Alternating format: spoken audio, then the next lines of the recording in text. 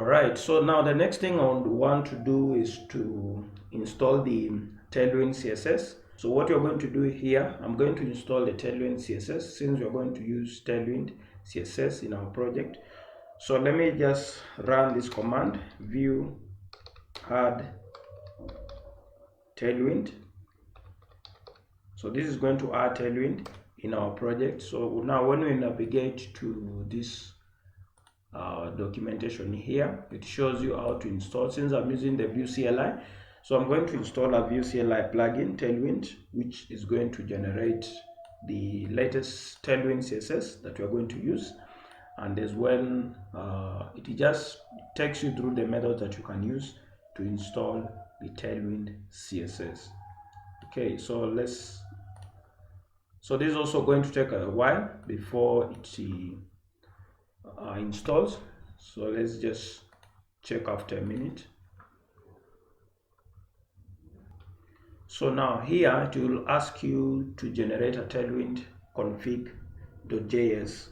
So now if you are familiar with Tailwind CSS, it comes with a Tailwind config.js, which you can use to customize your Tailwind CSS stylings.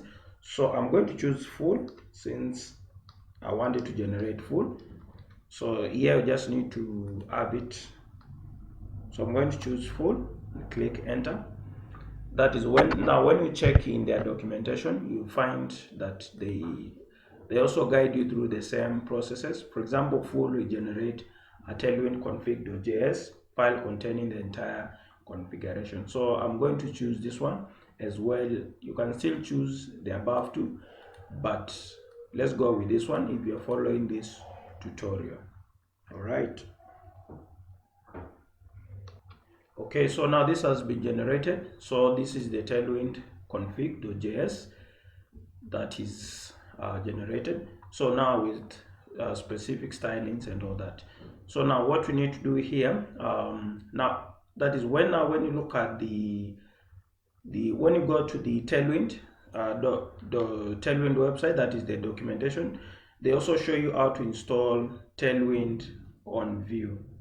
That is Tailwind with Vue 3. So what we need to do next here, I need to include Tailwind CSS in my project file. So I'm going to make a file called index.css. So let's just do this. So quickly that is in our source file. So here I'm going to create a new file here. So this is index.css. Okay, so this is created. Okay, so now what we need to do as well, we need now to include at Tailwind directive so that you can render the particular CSS, so that we can have the Tailwind stylings generated within our app. So that is what we need to do. You also need to know that I already did a tutorial on how to install Tailwind CSS, so you can check it in the link above or in the description below so that you can get started if you are new to Tailwind CSS. So now we are including this at directive so that we can start using Tailwind CSS.